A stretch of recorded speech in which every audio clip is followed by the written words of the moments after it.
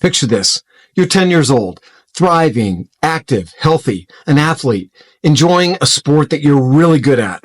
And then one day, a senseless, careless act by another individual causes you to have an injury that is so debilitating and so life-changing that it transforms you from being thriving, healthy, and happy to dealing with chronic pain every single day of your life. Moving from being able to think clearly to struggling cognitively to do things like even speak and read. My guest today is a 20-year-old University of Arizona student who had an injury like this, not once, but 3 times, and how it completely changed her life. But she didn't let it beat her. In fact, her story is one of grit, determination, and can-do. You're going to love the conversation that I have with Gabriella Kostiew today as she walks you through how she's been able to triumph over tragedy and excel in spite of challenging circumstances. Sit back and enjoy this conversation with Gabriella Kostiew. Hello and welcome to Hero Up, the podcast that inspires and challenges you to step up and become heroic in all areas of your life. I'm your host, Tony Stark Palici, and it's my goal to give you practical, actionable advice and insights into copywriting, mindset, lifestyle, and impact.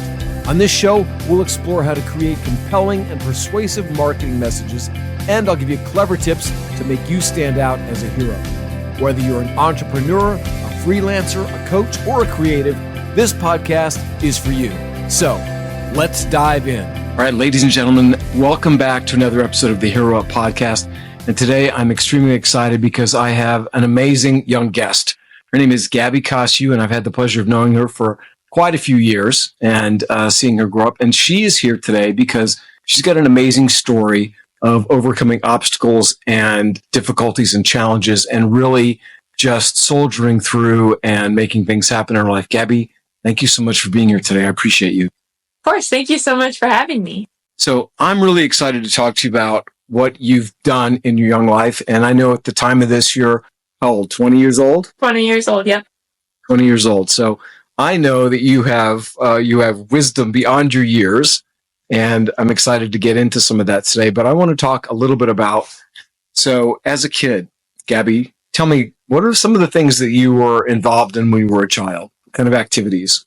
Yeah, I was very involved with sports and even some like extracurriculars like piano lessons and art class. Mostly I switched into soccer though. I played soccer for most of my childhood. I tried out gymnastics, I tried out ballet, and none of it was as exciting to me as soccer was. So I kind of stuck with soccer for the remainder of my childhood. Okay, you also have a sister too, right? Yes. Okay. And was your sister also athletic?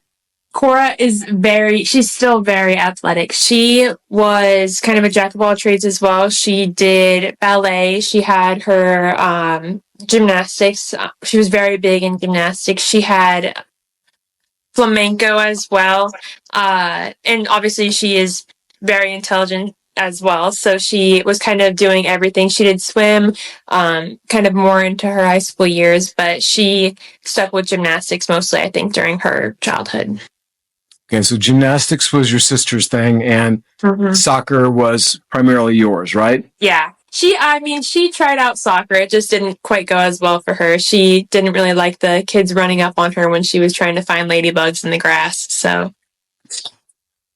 So yeah, we here in the United States we call it soccer. Everywhere else it's football. Mm-hmm. So what position did you play?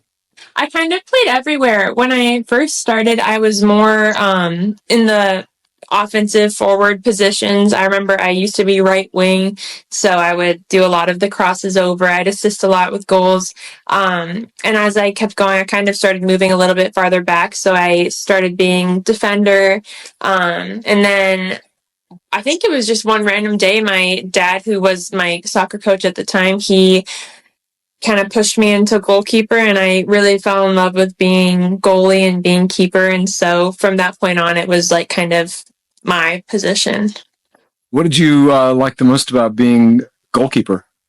I liked seeing everything. I liked seeing the whole entire field in front of me and seeing what my teammates are doing and kind of almost seeing the plays happen before they would happen, and getting good at kind of predicting that and predicting where someone was going to shoot the ball and how they were going to, and kind of those breakaways. I really liked the adrenaline I would get when it was one-on-one, where someone on the other team had gotten through my defense and it was just me and them. And so that was something I got excited about.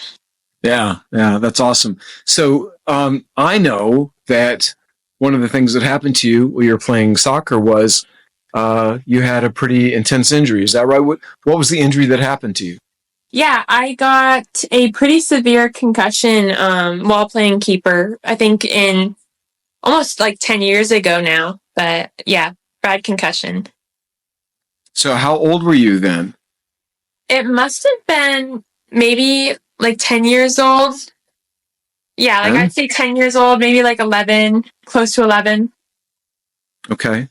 Can you take us back to that moment of your first concussion?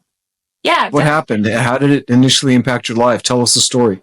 Yeah, so I was playing keeper for kind of like not really a high stakes game. It was just a regular Saturday game.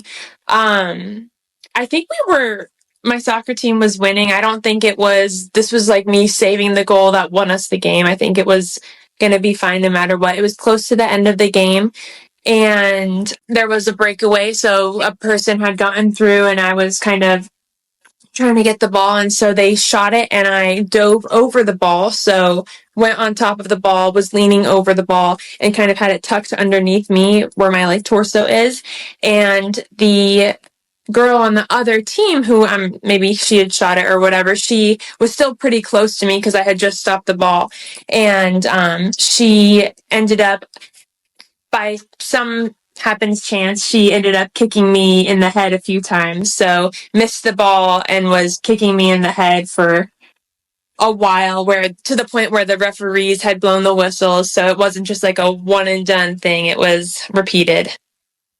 Oh my God. So you're on top of the ball. You've got the ball probably in your midsection somewhere. Yeah, exactly. And this girl was repeatedly kicking you in the head. Yeah.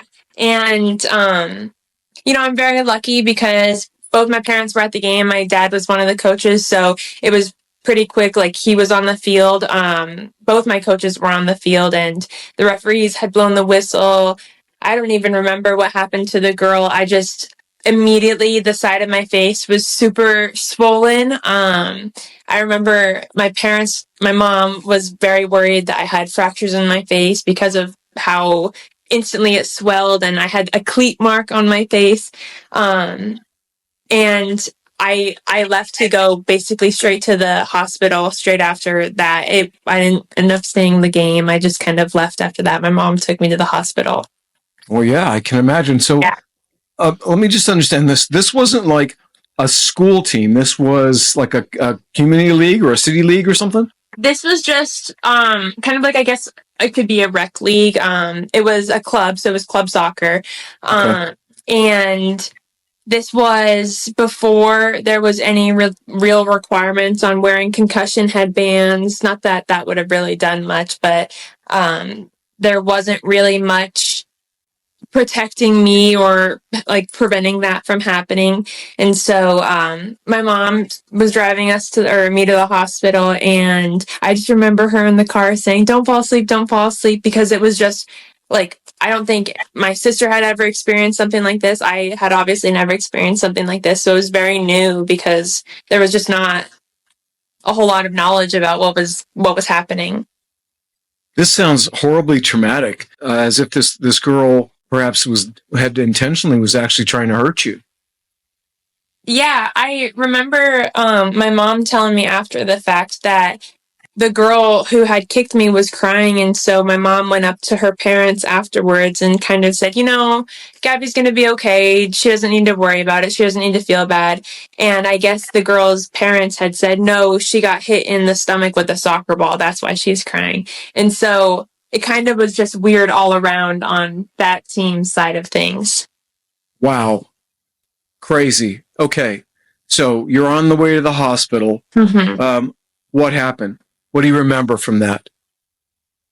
Honestly, I just remember my mom telling me not to fall asleep. I was so tired right afterwards. I had an ice pack. I think my other coach gave me an ice pack, and I had it in the car with me. My mom was just telling me, don't fall asleep, don't fall asleep. I'm pretty sure my sister may have been there, and maybe she climbed in the back to kind of keep me awake and everything. I remember we got to, maybe it was an urgent care. I'm not quite sure if it was urgent care or hospital. Maybe I'm getting my concussions mixed up, but I think it was urgent care where they checked for fractures. I didn't end up having any, which was super lucky, very fortunate for that.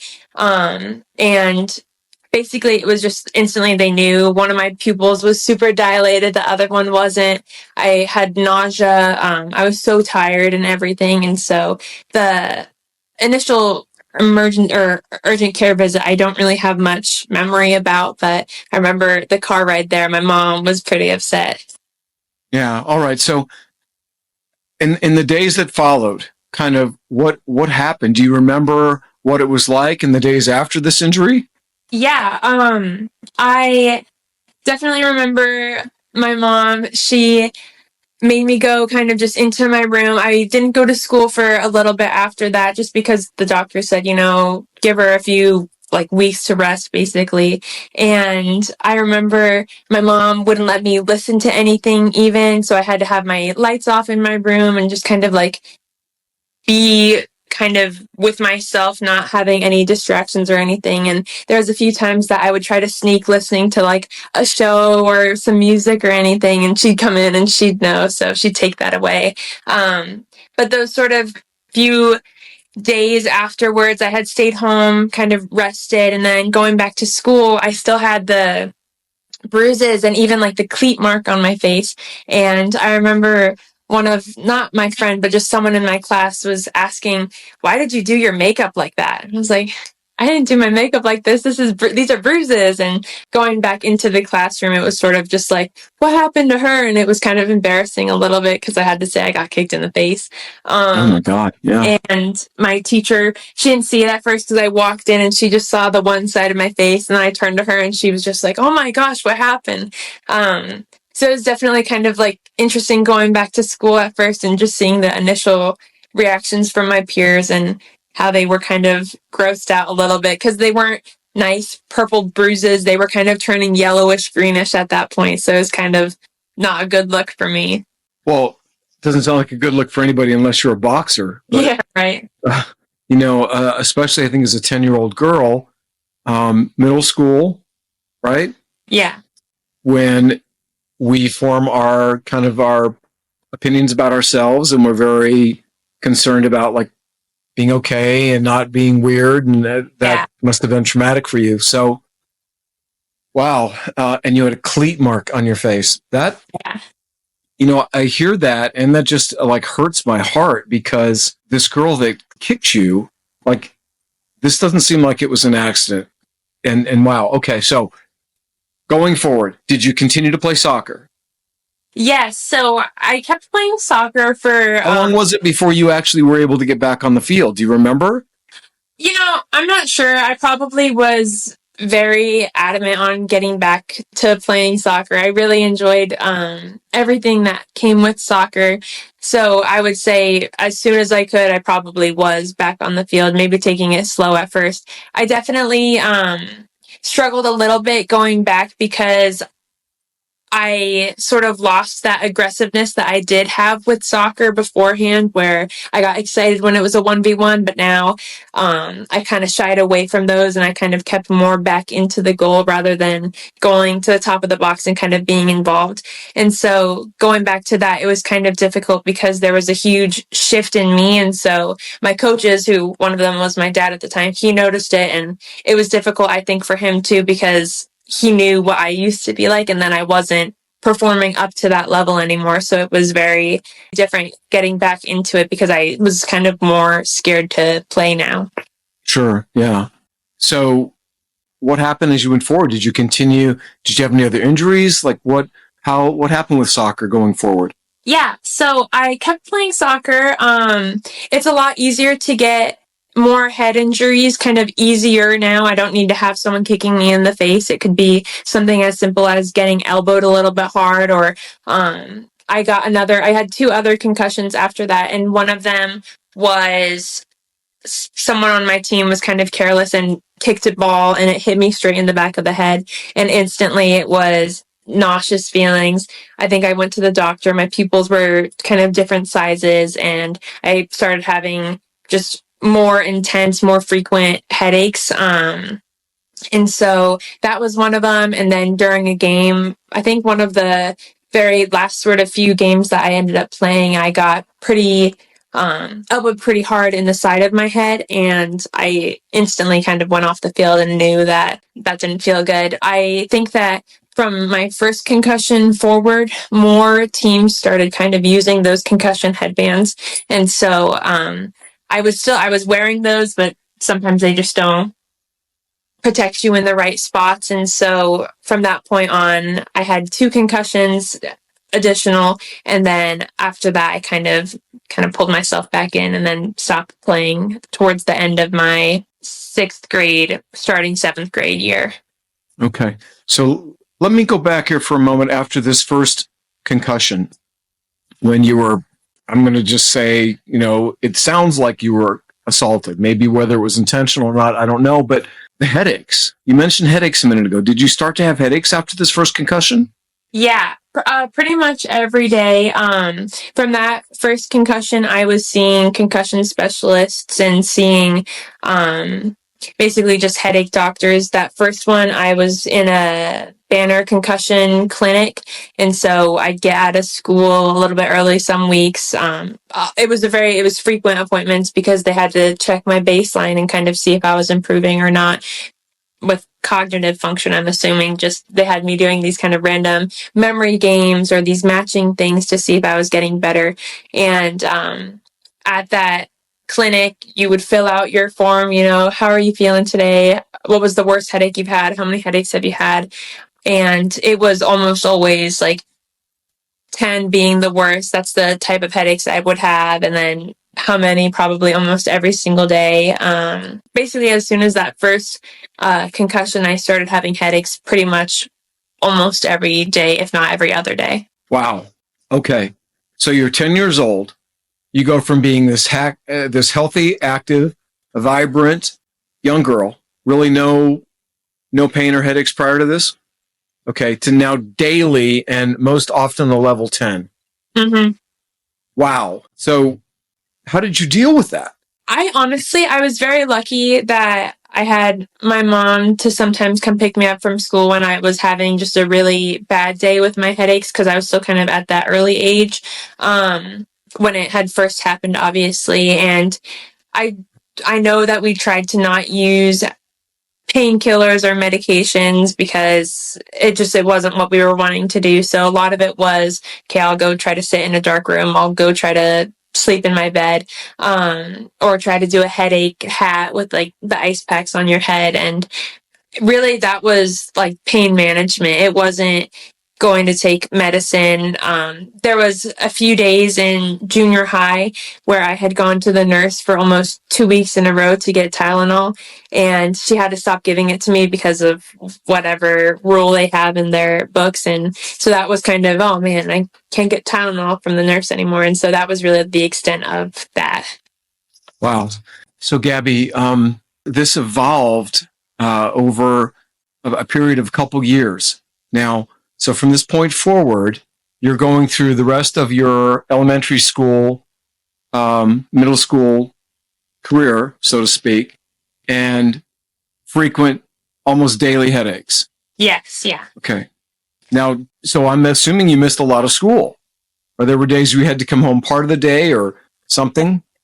Yeah, I tried my hardest not to miss school. My family was always super big on making sure that I wasn't missing time from school or taking away from my studies. And so I probably missed a majority of school in kind of those elementary to junior high age, that age group.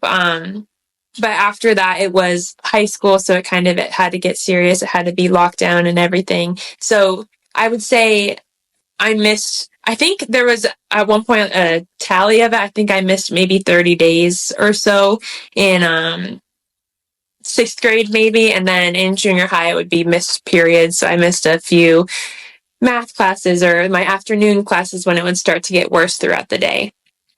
So you have mentioned the word headaches, but did they give you a different diagnosis? Did it move from headaches to something else?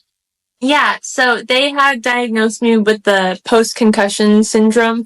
I think that was closer to my 7th grade years because I just had these continued headaches, continued just painful experiences. I think I have a hard time calling them migraines because a lot of when I was kind of growing up and going to these concussion clinics or going to these neurologists or getting these like shots in my head or anything, like I really had a hard time because there was a lot of moments when a doctor would ask, like, you said you're experiencing a level 10 headache. Most people can't do anything at this level. And it kind of almost made me feel, well, maybe I'm not having that bad of a headache, or maybe I'm not having that bad of a migraine. So I feel like even still, like I have sort of that hard issue of kind of downplaying it where it makes it seem, okay, she had a headache, whatever, but they were big, all consuming headaches. I would sometimes lose my vision. I would sometimes lose hearing from ear to ear, and I would not be able to walk or not be able to even like think straight or listen to my teachers. And so it was more than just headaches. It was, migraines or whatever they had determined it to be. Use this term post-concussion syndrome. What is that? Can you tell me what that is? Yeah, so just from my understanding, it's a continued symptoms after you have that concussion. So it's kind of like your brain was shaken up a little bit. With my first concussion, I had kind of whiplash as well. And I had obviously the concussion. And so your brain got shook up and it got hurt during that process. And so now it's trying to get back to what your baseline was with that damage that it sustained. And so my understanding of post-concussion syndrome was that, or I had a doctor that explained it to me using a purple bowl. And so you have your purple bowl on your head and that kind of protects you from outside things, but your brain got shook up inside of it. So now you just are having to deal with the ramifications of the headaches, the other symptoms that you may have. Okay. So you moved through 7th and 8th grade, and what happened when you got to high school? The migraines and headaches continued. When I was in 8th grade, I had a math teacher who really, I think, was looking out for me and noticed that it just took me an exponentially longer amount of time to do my work because it was still very recent where I was still trying to recover from some of those other secondary concussions. And she had suggested that I look into getting a 504, or I have my mom look into getting me on a 504 plan because there was one day where I think I got through 3 math test questions in the hour period, and that was the extent that I could do. I couldn't do more. I couldn't keep going because I had to go to the next class. And she's like, there's something not right here. Let's try to get this figured out for you. And so I was really lucky that I had someone like her kind of looking out and seeing like, there's something going on that's not normal. It's taking her too much time because with that post-concussion syndrome and with the headaches, I had to try to read, and it was increasingly difficult for me because I couldn't read a sentence like I used to. I had to read the word, think about what the word meant, and then move on to the next word and think about what that word meant. And it just took a long time. So a sentence like the dog jumped over the log, it was now what does the mean? Okay, dog, I know what a dog is. And so combining it then became very hard. So when I'm doing reading tests or when I'm doing math tests, it was so much. And so going into high school, I had that 504 plan, and I had that set up for me, which was really nice. Okay, so what is a 504 plan? Can you explain what that is? Yeah, so a 504 plan is covered under Section 504. It's not necessarily special education, but it is a plan that gets you sort of accommodations for whatever they deem you eligible for. So they had tests that I fit that criteria, where I was struggling with, I don't know, let's call it math. I was struggling with math because I couldn't get through the sentences, or I couldn't think about it, and I didn't have enough time. So with that 504 plan, I had accommodations set for me that would follow me all throughout the rest of my K through 12 education. So I had I had extra time, I think, for tests, and I think I had the ability to test in a not such a bright room. I could test in a darker room for my headaches. Yeah. And so with that 504 plan, it just kind of ensures that when I need those accommodations, I would get them because those are protected accommodations. From what I understand, you didn't take full advantage of those accommodations. Is that right? Yeah, I don't like taking advantage, and I felt very much so like I was taking advantage of my teachers or the system that they had kind of set in place for me. I don't think I ever used extra time on my tests. I never used a dark room, or I never used notes that I could have on the side for my memory issues or my processing issues. And that was just probably a combination of a work ethic where I'm wanting to show, I can do this by myself, I'm fine, whatever. And also comparing myself to my sister, who's very intelligent and very strong in her academics, where she never needed anything. So why would I need anything? So I kind of pushed through without those accommodations that were set for me. So, a lot of people listening are probably thinking, wow, you had all the reason in the world for them to make things easier for you, and you didn't take it. Like, you didn't take the easy way out. I think that's tremendously courageous. Some other people may think, well, that's just kind of silly or stupid. So, Gabby, what is it about you? Where do you think this grit comes from? Where you have this this courage and this strength to just kind of soldier through these difficult circumstances? Yeah, I definitely think it's a huge thanks to my mom, who just really instilled in me, school's your job. That's what you got to do. You have to get good grades. You have to get A's. And I think that was even from as young as like third grade, where grades really didn't matter. And so kind of carrying that through and bringing that into high school, and having that focus where, okay, my sister went to U of A on a full ride because she only got A's for her entire life. So I need to do that too. And having the, I was very, like, I could do it, and it wasn't so much that, oh, I don't want to use those accommodations because I don't want to look dumb in front of my friends. It was, there's no excuse to use those. Like, I can do it. I'm going to figure it out, even if it means that tomorrow at school, like, I maybe am not able to go because I have a pounding headache from the day before. It's that I have to get it done because I owe it to my teachers to show up and be present. And I owe it to myself and everyone else in the classroom to do my hardest work and kind of be a student that embodies what it means to, like, work hard in school and, earn good grades and earn scholarships in the future.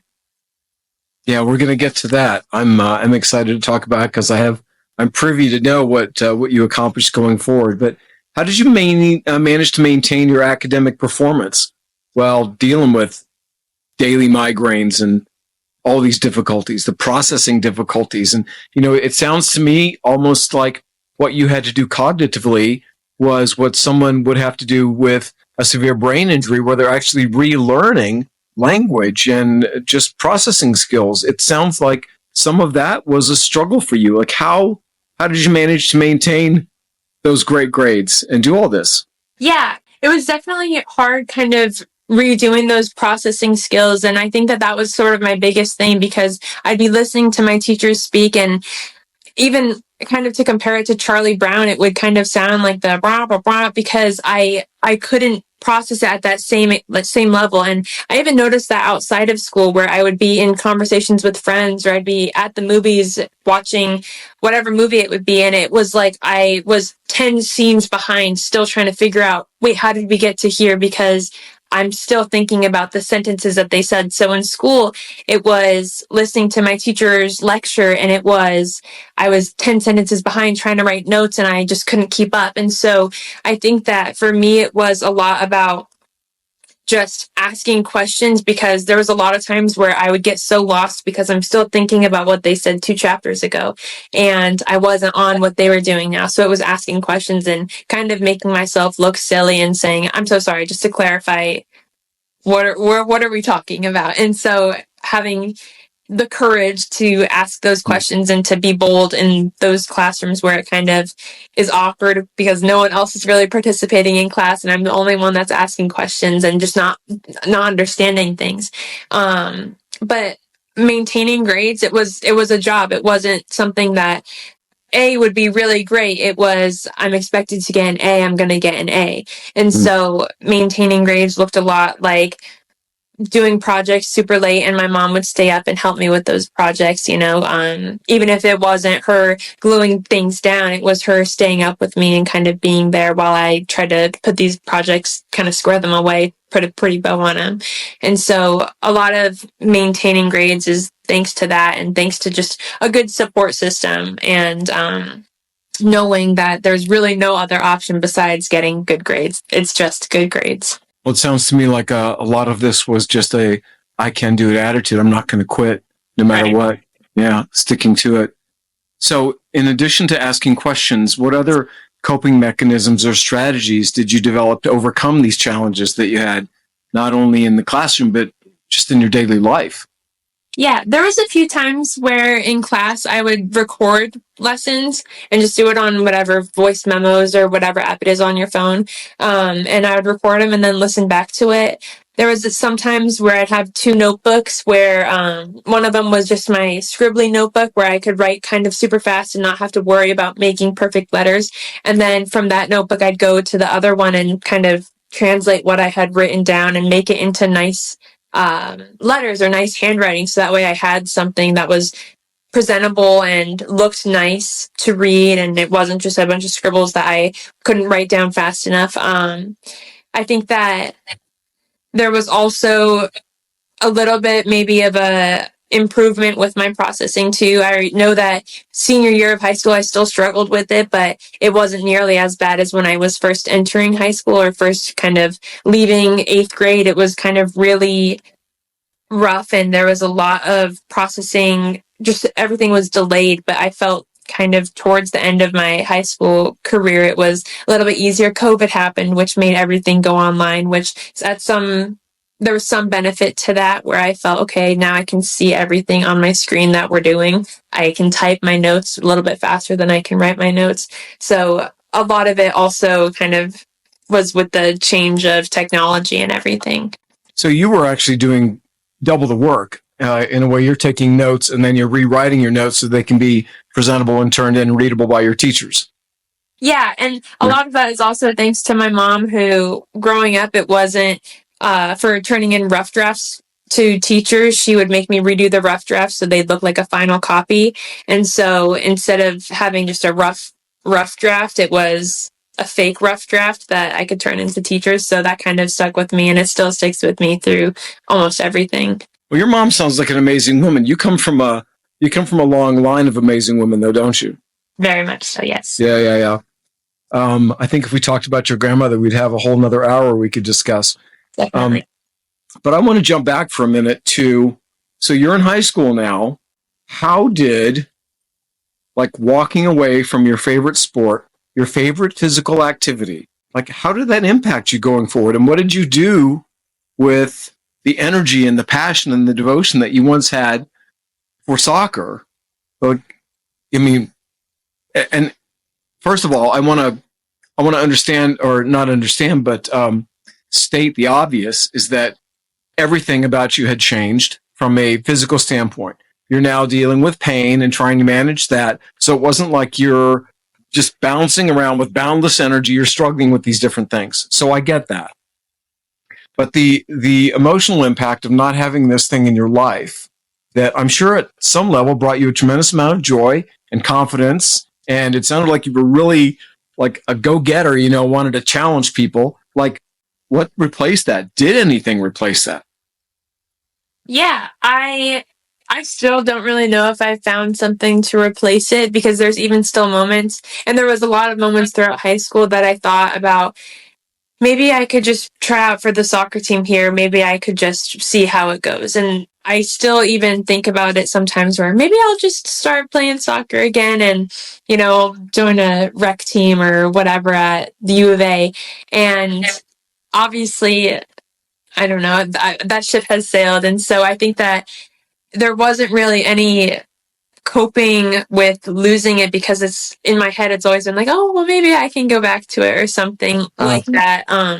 But at least in those moments, it was really difficult, because it wasn't even just a sport to get out energy. It was also time I had with my really good friends. It was, my dad was the coach for a little bit, so I was able to kind of enjoy that too. And he had played soccer when he was younger, so it was something that was shared. And it was something that I was good at. In a way, it always goes back to comparing it to my sister, who was good at everything, was good at swim, was good at gymnastics, was great at school, and soccer was like my thing that I was good at. And so that kind of was hard to then, now I'm good at school, but I'm not excelling like she is, doing these crazy medical programs and whatever. And so it kind of took a little bit away from me of like my sense of pride in myself, because soccer was almost the only cool thing about me, I would say. So I don't know if I've really thought about if anything has replaced it. I know that during high school, I did track and field for a year just because I wanted to be active, get involved with my school. And otherwise, it really just became extracurriculars. Like, I did yearbook in high school. I really enjoyed that, actually. It was fun to sort of tap into that creative side. I started painting, thanks to a really great art teacher at my high school, and that was when COVID happened, so I had a lot more time to paint at home and kind of be creative with that. And otherwise, really no real activities, so physical activities, haven't really replaced it at all. Something I picked up on that you said there was the only cool thing about you was soccer. That was your opinion, how you saw yourself, huh? Yeah. Definitely. Yeah. And I even still think about it like that too. Like, the only cool thing about my childhood was that I was really good at soccer, and then that's sort of it. Yeah. Well, I have the benefit of a number of years on you, and I think listening to you with the wisdom that I have of the decades that I've lived, your courage and your strength is a pretty darn cool thing about you. Just listening to what you went through, and there's a whole list of cool things about you, but we won't get into that. You mentioned this art teacher that helped you, and I happen to know you're an amazing artist. Oh, thank you. So how was she particularly influential in you, in your getting involved with art?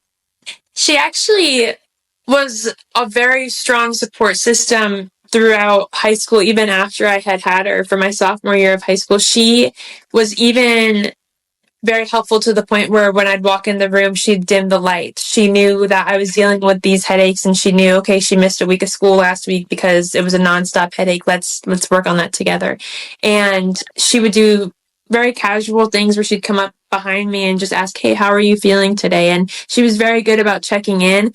And so learning from her became easier, because she was already willing to sort of do these things that made me a more successful student in her classroom, at least. And so it wasn't ever about, oh, you're not, we need to be doing art this way. It was, I can do art in the best of my abilities, and I'm supported through her.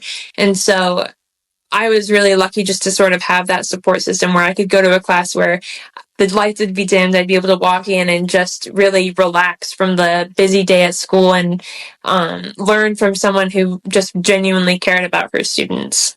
So she sounds like a powerful part of your support system. Can you tell me some more about the other people in your life that, support systems, family, friends? My family is huge for me. They have been there at all my doctor's appointments. They were there for me, driving me and picking me up from school when I was having a pretty rough day with the headaches, driving me to chiropractors, cranial sacral therapy, homeopathic therapy. I got Botox injections for my headaches. I had nerve blocking shots, and they were really big with just wanting to find something that would actually work and would actually stick and stay working.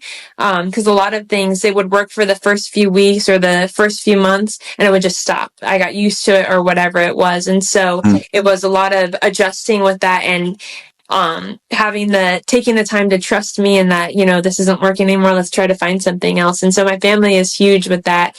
I had really great friends that would sometimes drop me off gift baskets when I would miss a week or two at school because of these never-ending headaches, and they would drop me off just things that they knew would make me feel better. Same thing with my boyfriend Wyatt. He would sometimes drop me off Gatorades or drop me off something that would just make me feel better, or be understanding to the fact that I have to lay in a room that's dark. I can't really talk or anything like that.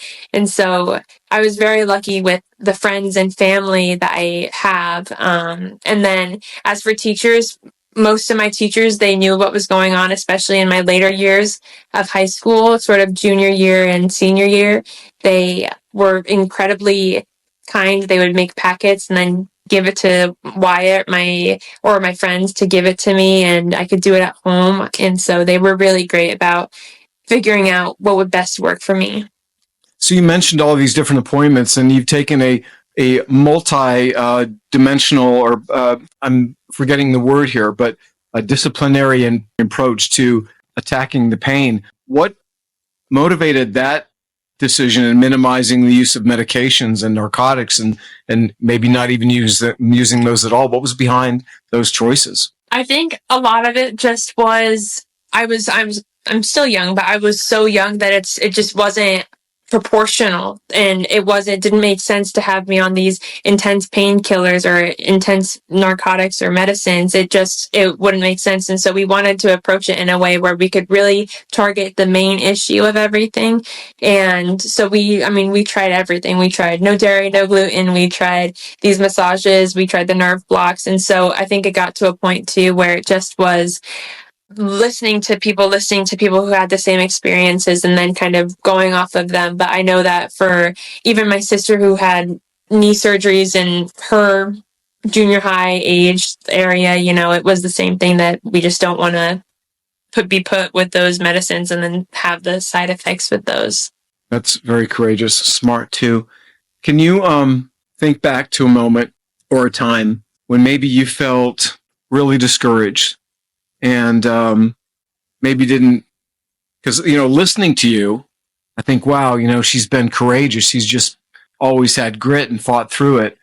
And I'm wondering, were there moments where it wasn't like that, where you felt like, man, I just don't know if I can deal with this another day? Yeah, there was one moment in my junior year of high school where I had to have my mom. I was able to drive myself to school at that point, but I had to come and have her pick me up because I lost my vision in math class and I couldn't hear anything. I couldn't see anything. I was in just horrible pain. I could barely even text my mom. I had to have my teacher actually text her for me. I went up to her desk and I was like, there's something wrong. I need this to be taken care of. And I had to have my mom come and pick me up. And it just was getting home and going to the urgent care and getting a migraine cocktail where it's all these different things and I don't feel good the next days. And then it became a 2-week long migraine where it was just constant pain, where it was like, what is wrong with me? Why am I having these things? Like, why can it not just be done?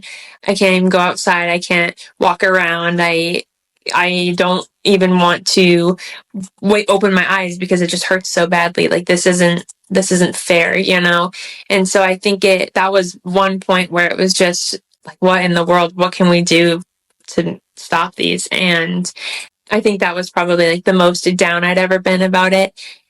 And other than that, it was just a lot of here and there things where, for the first time in my life, I struggled with school where I hadn't ever really had those issues before, or I struggled with going to school and wanting to go to school because I knew by the end of the day I would just be dead and my head would just be killing. And so it kind of took the fun out of being at school and interacting with people. And even there was at some point in junior high where I had to switch my electives from a very fun drama class to something else because it was just too loud and it had way too much effect on my headaches, and I couldn't be in that classroom anymore. So it was even like those sort of sacrifices where it's like, okay, I have to figure out something else. So I think there was little moments along the way, but it definitely came to a point my junior year of high school. Do you have any like tips or secrets for how you maintain a positive attitude through times like that, or how you got back to it? I know that there were times when you felt down, you felt discouraged, and what brings you back to this place of, being positive? Because you're just, I've always known you to be so joyful, right? That's kind of what you radiate. How do you do that? It's all about, I think, my support system. I'm very, very blessed and very lucky with it. And it sort of goes back to when I was younger, I was called a citrus girl or a sunshine girl. And so I want to be that person for my family. And so thinking about it in terms like that, where, okay, I can deal with the headache for an hour, but I can put on a good face for my family, and sort of just have that mentality going through all of these things. And it really just goes back to, I want to be a positive person for my family. So I'm gonna be that person for my family. What you're saying to me sounds like, are you being authentic when you're in these moments? Like, how do you shift between like, okay, I'm in such pain, but I'm going to show up this way? Like, what does, being authentically who you are and how you feel, how does that show up for you? How does that look for you? It's communication. I'm pretty transparent. As soon as I would get home from school, I would tell my mom, oh my gosh, I have the worst headache today, whatever. And whether that's her understanding and making me a tea and bringing it up to me as I like take a quick nap, or if that's, putting on that sort of like, I have a headache today, but I'm excited to have this night with us, and I think it's just about that upfront communication rather than the sort of later in the day communication where it's okay, I was snappy, it's because I had a headache, I'm sorry. It's more so at the beginning of it where I'm able to at least I try to let people know, and that's how I would show up then. The thing about migraines, headaches, internal pain, when somebody has a physical malady or a condition that is visible, it's easy for people to look and then oftentimes have compassion or whatever, whether they're going to be compassionate or they're going to make fun of you. People do all kinds of things. But suffering with something like headaches, chronic headaches, migraines, chronic pain, it's a bit invisible. People can't see it. And did it ever feel like, people were looking at you going, oh, come on, with your headaches again? How does having this invisible condition, how does that impact your life and dealing with friends and social situations and different things? I think it makes it a little bit more difficult. Like I said, there was even points when nurses would ask me, are you sure that's what you're feeling? And It would make me sort of question myself, where I would think, okay, well, I thought that's what I was feeling. This is pretty bad pain, but I'll put a 7 instead of a 10, whatever. And so I think even translating that into things with friends, it's kind of hard when I get home and I had a long day at work or whatever, and I have a horrible headache, and it's just, I want to be done. I don't want to talk to anybody. And it's different from what my friends or family would normally expect. And it's hard for me too, because I know that they deserve better treatment, but it's like, I don't want to talk to anybody right now.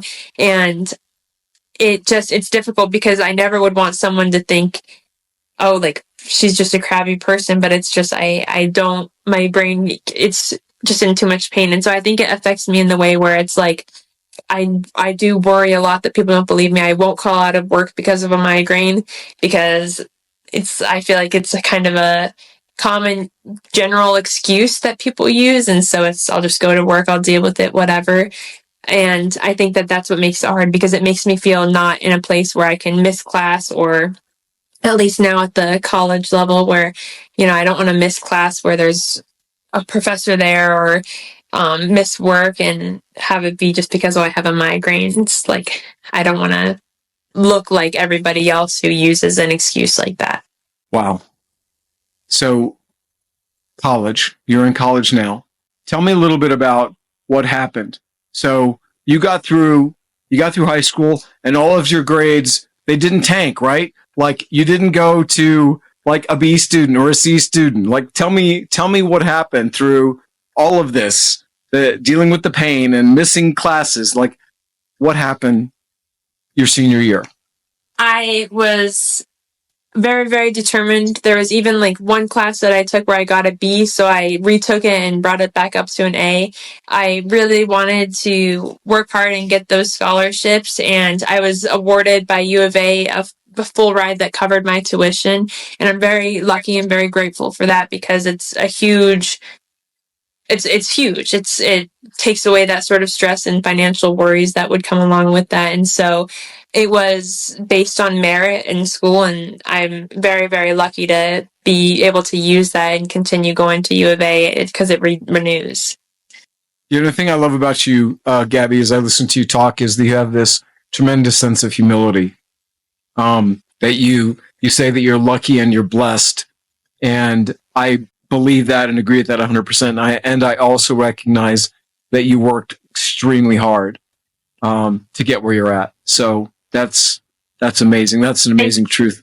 Tell me, how did these experiences in your life like shape what you're doing in college? What was there anything in high school that you did that kind of led you into what you're pursuing now in school? Definitely. It even started as early as junior high, where instead of being in that drama class where it was too loud, I switched into being a peer facilitator for a self-contained special education classroom. And it was the best decision. I absolutely fell in love with everything that special education programs offer. I think that the connections that you can make with students, they can just be so profound without even really having to say anything. You can just have that sort of instant connection. And so throughout high school, I continued with that as well. I became involved in clubs like Best Buddies or Puma Pals, where you're able to have a one-on-one connection with students in the special education program. And so even with my own experiences of having a 504 and being accommodated, or having that sort of accommodation where teachers look out for you, that's made me really want to show up and be that person for students where they can come to and they can really trust that they're going to have that their backs are going to be had, and that you can depend on teachers and you can have these authority figures in your life that aren't just parents or guardians or whoever, it's teachers too.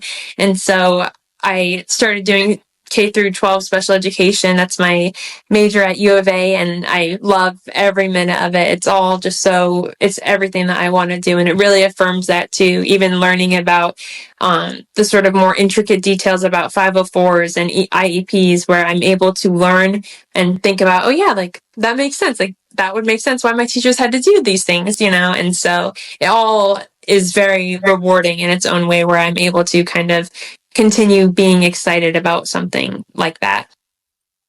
Do you find yourself being an advocate for these kids? Like maybe because, well, when I hear you, it sounds like you're an advocate for these students that you work with, children and students that you work with. Is that because you had advocates for you, or because you felt like you needed advocates for yourself? Is there some of that plays into that, or is that not part of it?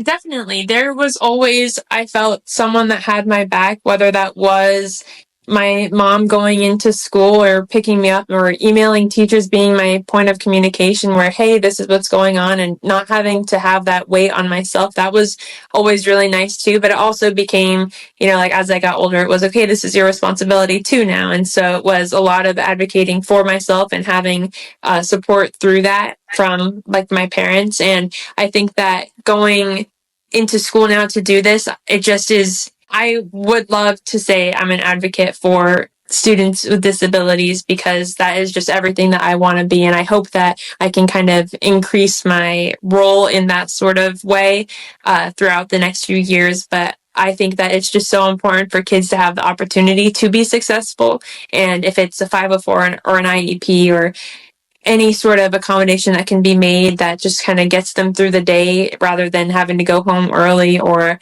feeling like they're not successful in school, I think that that's incredibly important. You also, you've accomplished quite a few other things in your high school career too. You learned to speak another language, didn't you?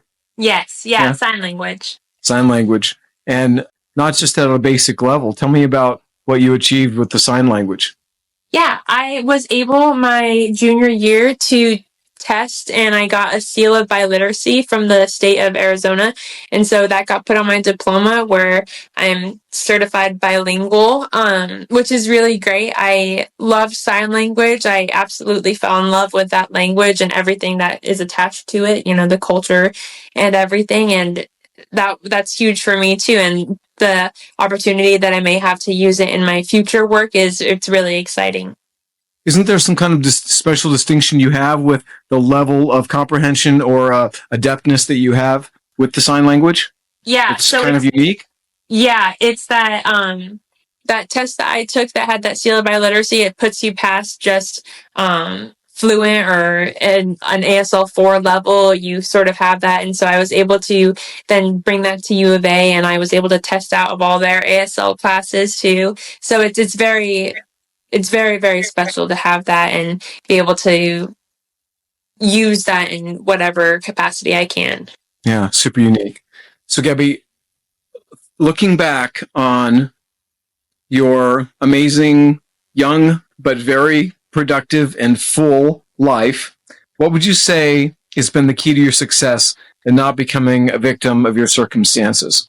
I think maybe just accountability, where it wasn't always me holding myself accountable. It was also my family members holding me accountable because, they know what I'm capable of. And there were some points where I couldn't really necessarily see what I was capable of, but being given that push and, owning it, that I can do whatever I'm able to set my mind to, or I can take a break for a second, but I got to get right back into it because no one else is going to do my work for me, or no one else is going to take these tests for me. It's me that has to do it. And so I have to prove to be successful in my own way. And bringing that into school where there's only 6 people in my program, and it's a reminder that, no one else is wanting to do this. So it's me. I have to show up for classes. I have to show up for students because I have to be accountable for that. And so I think it's just a big accountability all around, whether it's my family holding me accountable, my mom telling me, you have to make it look nicer. You have to do this. And so reminding me that I can be a above average student, not just give that 110%, but give more than that too. Yeah. Not doing just the minimum of what's required, but going the extra mile. Right. Has your post-concussion syndrome impacted or influenced your perspective on life and your plans for the future too? There's a lot that has impacted me in the sense that I still have these headaches. Even now, they're a lot less frequent just because I think that I found something that actually is working for me. And that was after a lot of tedious doctor's visits and just going to anywhere that would possibly be able to treat me. And so I think that for me, it was just working through all of that. And now I think it's just a lot about how can I in the future see these students for beyond what's going on, but also sort of recognize, you're not just a student in school. You're not just having a B. There's something else going on, and having that sort of compassion towards that, where maybe it's not just a failing grade on a test, but it's also it's just the student. You have to really consider what's going on with them. So I think having that knowledge of that really helps me with that idea. This sense of it's more than what meets the eye. Exactly. And exactly. And it's like you had said, it's sort of an invisible thing to deal with. And so, I might show up to school and my first and second period teachers be, oh yeah, Gabby's great, super bubbly. But then my afternoons teachers are not agreeing with that. And it's just recognizing that the student as a whole is not just what you're seeing, at face value. And so really thinking about bringing that into every aspect of life, where you have no idea what's going on at home. You have no idea what just happened on the bus for these students. And so thinking about that and bringing it into like my future as a teacher, I think that's super important. There's this saying that I heard, and when I remember it, it's really profound. And it is, you do not know the secret battles that everyone else is fighting, right? And I think when I keep that in mind, I tend to be less judgmental, more patient, more loving, more accepting with others. And I tend to forget that far too often. The show is called The Hero Up Show. And really, I bring people on because I want my listeners to get this sense that they can be the heroes in their own life.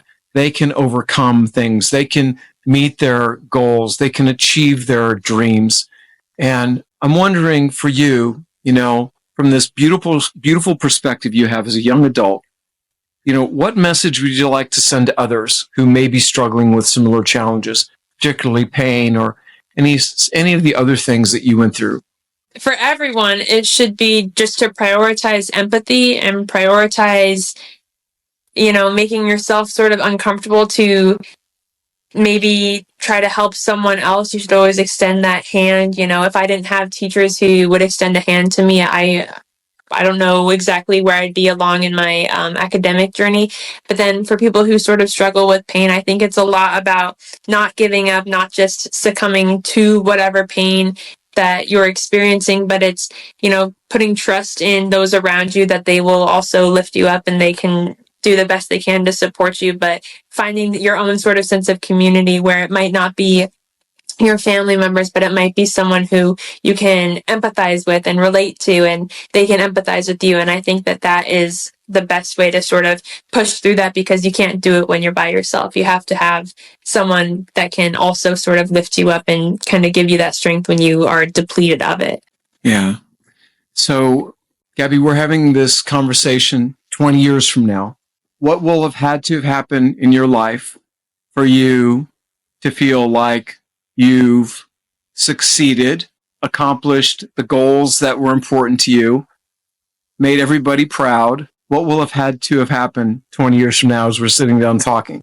I think for me, a big part is just becoming a teacher and having my own classroom and having students that feel like they can trust me with everything. If I have a student that comes back to me even in 10 years and they say, wow, like, I didn't like going to school, but I liked being with you. I think that is the most rewarding thing. Even just with family, I think that if we're all able to just be able to sit down and be together, that's rewarding enough. It's okay.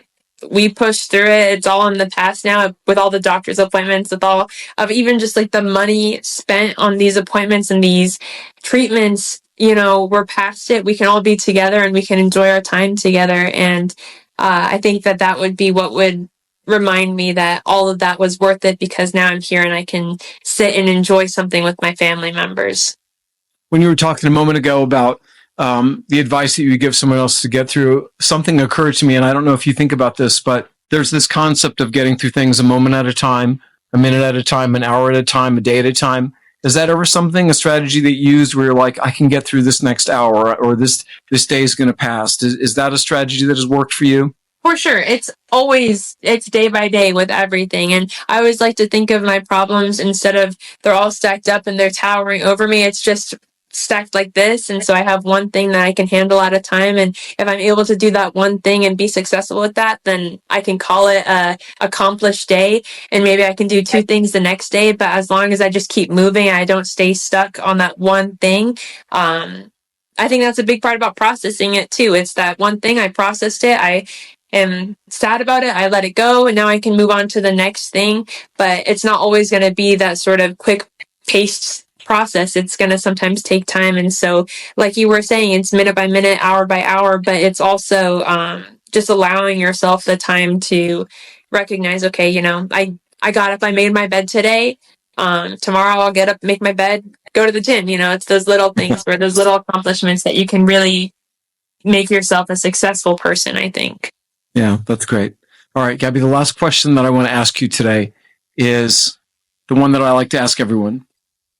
Who do you want to be a hero to in your life?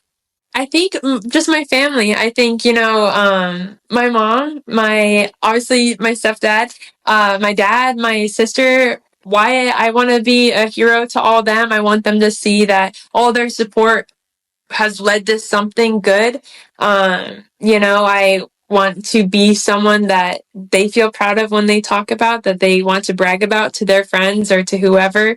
And, even going so far as to remember those teachers that really had my back too, thinking about if I'm able to one day go back to them and say, hey, this is where I'm at. I want them to see that what they did had an impact. And so just those really few special people that I have had, I would really want to be seen as just someone that, they can bring light into other people's lives too. So That's wonderful. Gabby, one thing that stands out about you is that you lead with kindness. You just radiate that kindness. In spite of everything else, I know that you said you can be grumpy sometimes and welcome to the human race, right? But everything about you is considerate and kind. And I think that you make the world a better place. And I'm so grateful that you took the time to share with us today your journey and your wisdom and what you've been through. And I know that you're making a tremendous impact and you will continue to do that. So thank you so much for being that sunflower, that shining light, and the hero that you are to the people that you probably don't even know you're a hero to already. I appreciate you spending time with us here today. Thanks so much. thank you so much. I appreciate it. All right, everyone, thank you so much for tuning in, and we will see you in the next episode. Gabby, thanks again.